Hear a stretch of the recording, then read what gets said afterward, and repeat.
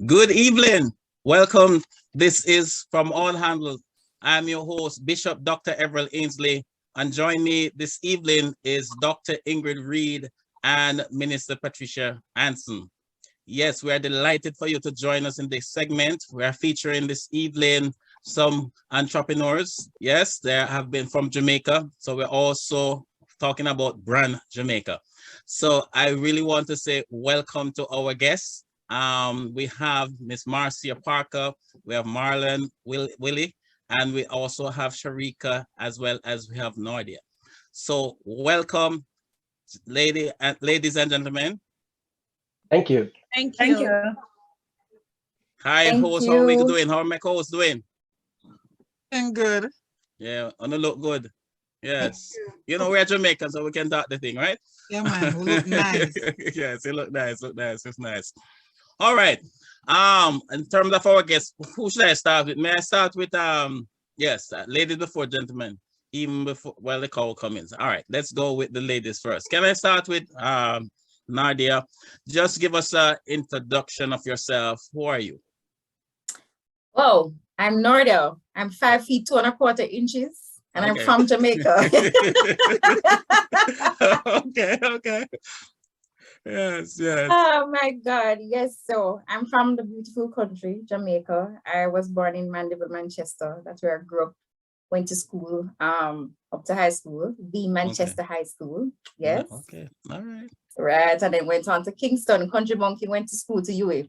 Right. Oh, yes. Thereafter, professionally, I have spent 14 years in banking, although I look like 23. Yes, true. That's true. Yeah. Right. So I spent 14 years in banking, and my journey to becoming an entrepreneur, I think, began there, as I believe the Lord used that as a platform to harness those skills that I needed to transition into this role. So I served in many roles in the bank, from back office to customer service, but I always was placed in a role to serve. And I felt very fulfilled doing that. I remember being a salesperson, and one of my favorite service or product was the mortgages. And while serving that, you have to get a lawyer, you have to get the evaluator, the surveyor, and everything that fills out that process. And that customer never left my decks without getting all of that, as much as the bank was just paying me to do a mortgage. And so our one-stop shop solution, which is really what integrated diaspora services offer, that every Jamaican or foreigner who wants to invest in Jamaica, they get a one-stop shop experience with transacting that business in the country. And so all right, before you go any further, hold that point. We're gonna get deeper into that. But which bank? That is in Jamaica, right? Of course, man. I'm fully Jamaican, man. All right. Okay. All right. Take time with me. Yes. Visit Jamaica. Of course. Yes. Let me try the now with Sharika. Can you just tell us who you are and give us a little insight of your history? Hello. I am Sharika Nelson Hibbert. I am from Bogwalk. I'm a past student of the Bogwalk High School. I am also a past student of the University of Technology Jamaica, where I study business administration. That is a journey that actually took me here. Back in Jamaica, I was in the microfinancial industry, where I manage a portfolio for a loan company for over 5 years. So that's the journey that took me here. So now I am here at Dollar Shop LLC, where I manage the day-to-day runnings of Dollar Shop. So we're a dollar store, a discount store, but we also sell Caribbean products. At our location, we are also a JN money transfer agent and also a UPS drop-off and pick-up. All right, a mouthful. Yes, let's move on. Thank you so much. Miss Marcia Parker was with us on a previous program, but let's just give us a little intake of her journey so far. Okay, thank you for having me, Bishop Dr. Reed and Minister Anderson. Thank you so much for having me again on your program. Well, I am Marcia Parker. I'm the president of the Jamaica America International Chamber of Commerce. I wear a lot of hats, but for tonight, we'll just stick with the chamber because that's what our mission here is about, a partnership that with the chamber. So at the chamber, what we do is that we further the interests of small business. And I'm happy to be partnering with three beautiful, fired up, aggressive, and I don't even know the adjective that describe these people, but everybody here I love with my whole heart, and everybody here support me a lot in driving the chamber. Thank you so much. Thank you so much. Let me get over to Marlon at this point. Marlon, could you just give us a little intake in terms of your journey so far? Bishop. Good night, team. Thanks for having us. My name is Marlon Willie. I'm from Linstead, been till old boy. So my journey also started in terms of work in banking, and I also did mortgages. But I think more than anything else, I've always been sort of an idea person, and I've always been a person who believed that we can do what we set our minds to. So even as somebody who worked in the bank, I also became the union representative there and represented over 270 people in the entity. After about a year, the union elevated me to their executive team to sort of overlook strategy for the entire island. And so I kind of saw within myself at that point how much an idea and a belief in people could make a difference to people's lives. I left the bank, came to the US, and finished up my degrees. And I worked with city government here with Mayor de Blasio. And you know, we helped to make a lot of homeless people be seen, because one of the most difficult things for homeless people is for them to be seen so that they can at least get help.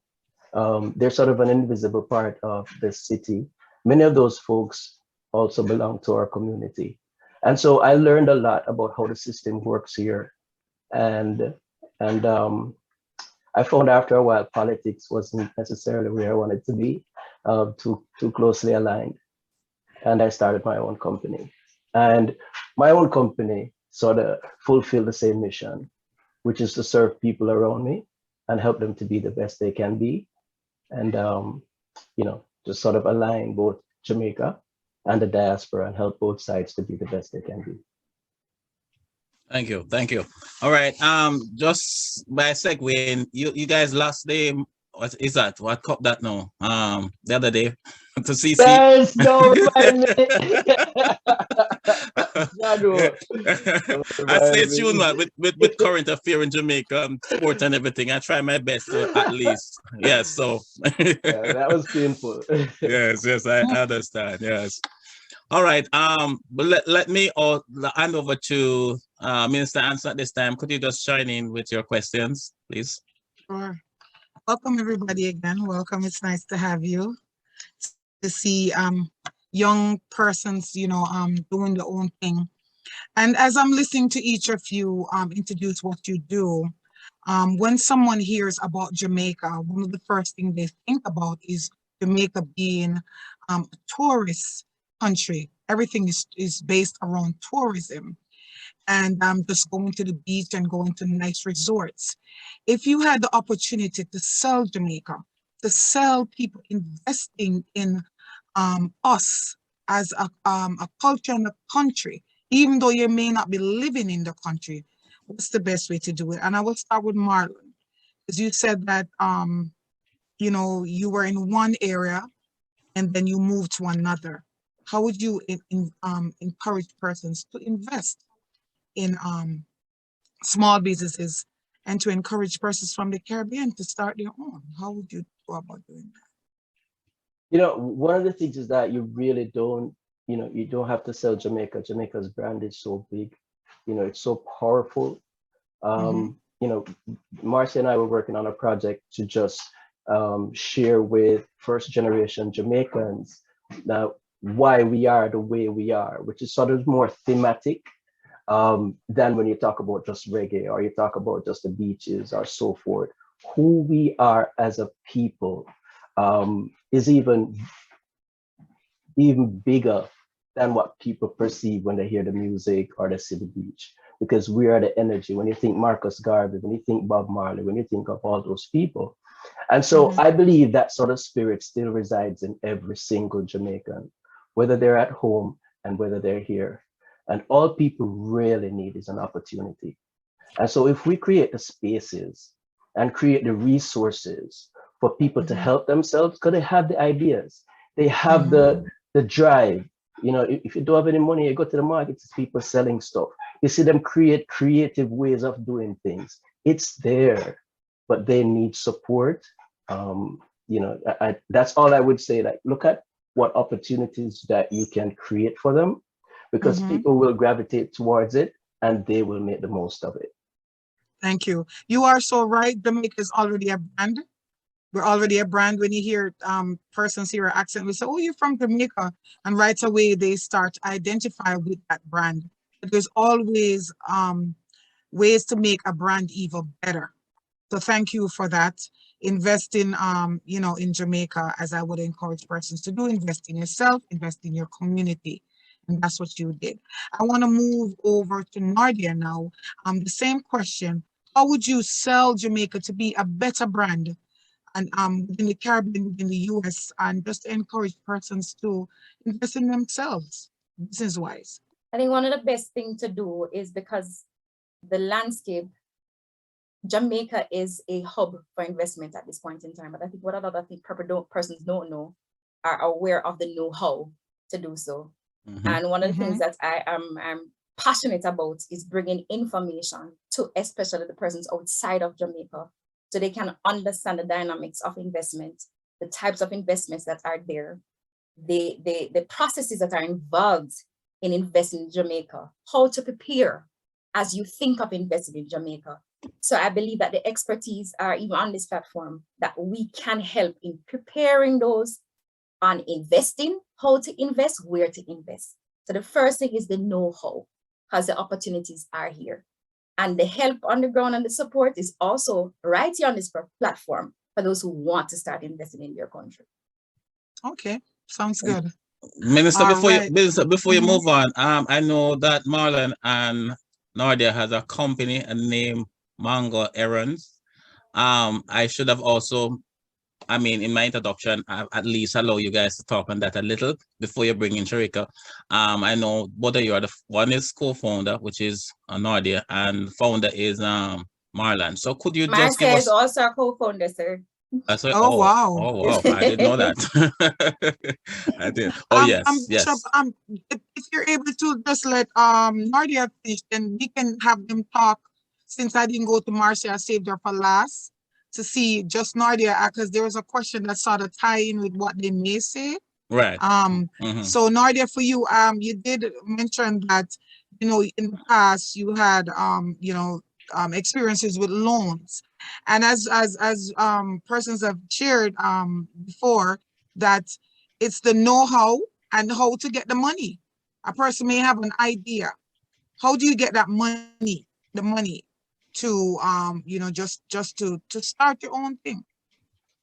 I mean, for persons who are in Jamaica and also persons who are outside, for those persons who are in Jamaica, for those who are outside, we recommend that if it is that you want to do a particular business, we recommend that you register the business and start a relationship with one of the financial institutions in the country and build on that relationship, so you can pull on the credit facilities that exist.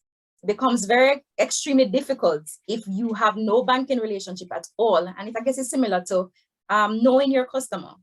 In Jamaica, like in any financial institutions, imperative, because they're going to check your credit and so on. We have, as a developing country, we don't have access to the system in America. So we don't want it to start. We don't want it to start a relationship, to recommend, register the business, lock in your name, start a relationship with a banking institution so you can access those credit facilities. Okay, I think mostly that question, thanks, was it Nardia? I got the names, or Sharika. I think I got the names mixed up a little bit. Yes, Was it Sharika that said you dealt with loans? I think it was Sharika. Well, ironically, I did too. So oh, you did both did. Oh, that's yes. see, there's really a lot of wealth here. So Sharika. So Sharika, I'm asking. Just quickly, just some of the loans. And you said your business is Dollar Shop. Online? Yeah, it's Dollar Shop. Yes. Yes. Share because you dealt with loans and stuff like that in the past. Was it really hard for individuals to acquire loans to even start their own business and stuff like that?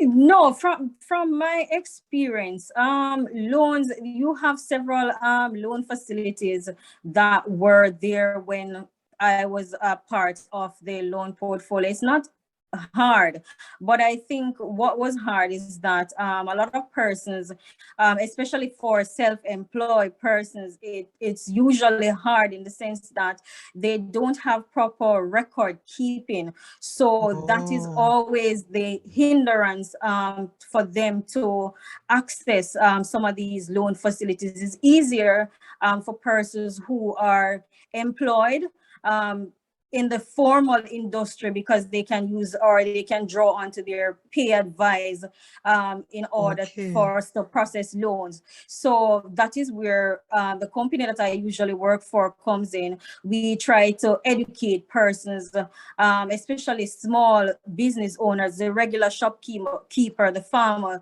in order to keep proper records in order to benefit or from loans that our company usually issue. Okay, that's a good advice. I'm gonna turn over to you now, Bishop. That's a good advice because just so encourage persons, save your receipts. Transactions that you do, save those. Encourage person to have receipts emailed to them so you can easily access them and reprint them. So that's a good thing, especially for persons that are self-employed. Yes. With the receipts, we encourage persons as well to open an account. Pass your funds through an account. Yes. Let a history be there because anybody can write a receipt. I can write a receipt, but the only way to properly trace it is through an account. That's true. Okay, that's true. That's true. Yeah. Thank you. I'll save the next section for Marcia when she explains about the business that right. They will be. But let me just ask Dr. Rita Chiding at this point, and can it? All right, that's it. She shaking her head. That means proceed. All right, Sister Marcia, let's have an understanding now in terms of the company. I know you three has co-founded a company called Mango Errands. I want to know how that name came about, because that's unique enough itself. I was one day I said, where does this, how does this come about? Are we getting mangoes? I love mangoes. Are we getting mangoes? Anybody? You can get some. I can. So let me Sister Marcia speak on that for us, and then the others can chime in as well. So Marlon, you want to talk about how the name came about, and then I can pick up from there. All right. So when Mango Errands was originally formed, it was called Diaspora Services. It was called Diaspora Errand Services.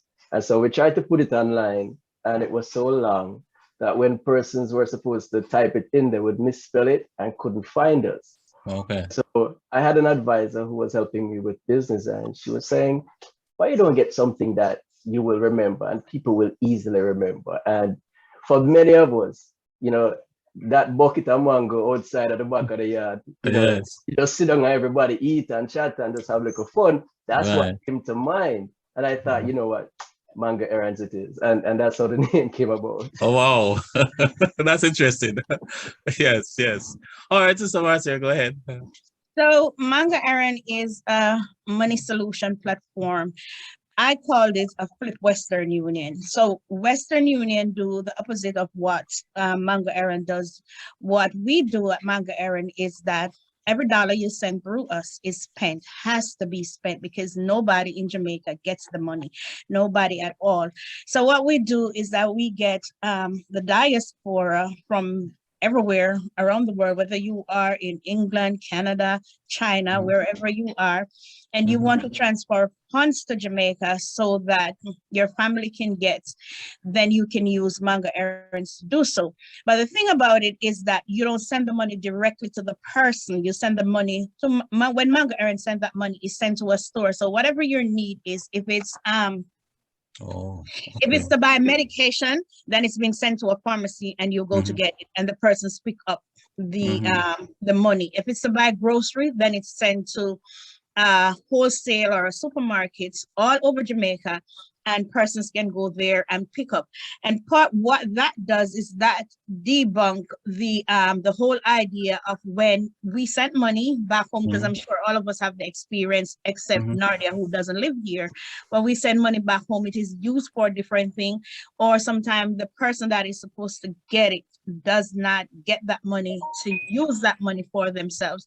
And so we think that this is a solution that could kind of help, and it goes a far way. We have relationship with a lot of businesses back home throughout Jamaica, and we're trying to build relationship with businesses here. So if they're doing projects, if they're doing anything back home, that we can facilitate them in doing so. Well, I want to follow up on that, Sister Marcia, because you said the money will go to the pharmacy. I'm just thinking about those rural areas, deep rural areas. How does that work? Okay, so let me give you an example. Last year, we did with Mango Errand and JAICC partnered together to do the Sponsor a Student program, where we sponsor almost 30 kids in Jamaica. With school supplies, books, and school fees and devices. So we targeted business here, and we have them sponsor a student. Some people have sponsored more than one student. Some people sponsor one student. Some person sponsor half a student. But no matter how the money was, we were glad to have it because we were helping out. So we had people in Clarendon, Alston, Clarendon, and in St. Thomas, which is rural. Yes. So the young lady from Clarendon, she came into Kingston. We had someone pick up the book, and she came into Kingston to pick it up, but she could have also gone to Mandeville and pick it up. So we try to target like the parish capital to see who is there that we could use, and then because everybody got market in the capital. Everybody got market. When you got market, pick up the book. When you got market, pick up the medicine. Everybody can pick it up. Yeah. Wow. Everybody got market. That's true. Yeah. That's true. I like that. I like that idea because, as you said, a lot of persons were trying to stay away from persons picking up the phone and calling and saying, "Oh, I need money for medication," and when you check, no medication is being bought. The need for food. So that's a very, very unique idea. I love that idea. I know, are you guys partner with AJ Supermarket? I know they have a service where you can order the groceries in Spanish Town for those of you that are in that area, and they deliver it to the house. So is it the case where you guys do, so it's done like that, or the persons would have to go directly to pick item up locations? We had a situation where one of our and he's such a darling. I can't stop talking about him. I'll talk about him every time. His business is Kanakalan Wholesale Malan. Yeah, and he goes whatever. He goes he goes above and beyond for the person. He'll call you in foreign to make sure that this is your order. And if your order goes over, he lets you know, should I take off this? Do you want to send more money? What should I do? And if the persons that pick up the grocery miss something or he did not have it, he'll take it personally. And we had that experience over the Christmas holidays where he took some codfish for somebody in Portmore, and that was so that's nice. So nice of him. And that's the kind of relationship we build with the stores that we work with. That's wonderful. Yeah. That's nice. You know, ladies and gentlemen, guess what? Time, I tell you, I don't know, time flies so fast, especially when you're having fun. I don't know. Maybe we have to try and maybe do a part 2. I'm not sure, but time is really against us. I wanted also to ask Sharika to just speak to somebody this evening who maybe make a transition from Jamaica and want to start a business. I mean, I also want to know how she get into the dollar store thing, but again, as I said, I'll maybe save that for another time. So Sharika, could you just give us just a little insight in terms of, you know, what would you say to somebody who want to start a business? I would say, first of all, you have to make sure that you get the information from persons who are qualified in terms of who has the resource to give you the correct information. So, and first of all, you have to know which area is it that you want to go into, which area are you interested in, and then you move on from there. Make sure that you know the community that you're in. Make sure that you know the information, how to set up like the county requirements and all of that before you start your business. I think those pointers are very important in order to make the transition. Okay. Thank you so much. Thank you so much for that. Ladies and gentlemen and viewers, you're watching From All Angles, the talk show with a difference. I'm your host, Bishop Dr. Everell Ainsley. And of course, my other two co-hosts is Dr. Ingrid Reed and Minister Patricia Anson. And of course, as I said, we have some special guests. I want to thank them for their service and of course, continue serving to Jamaica and of course, to the world.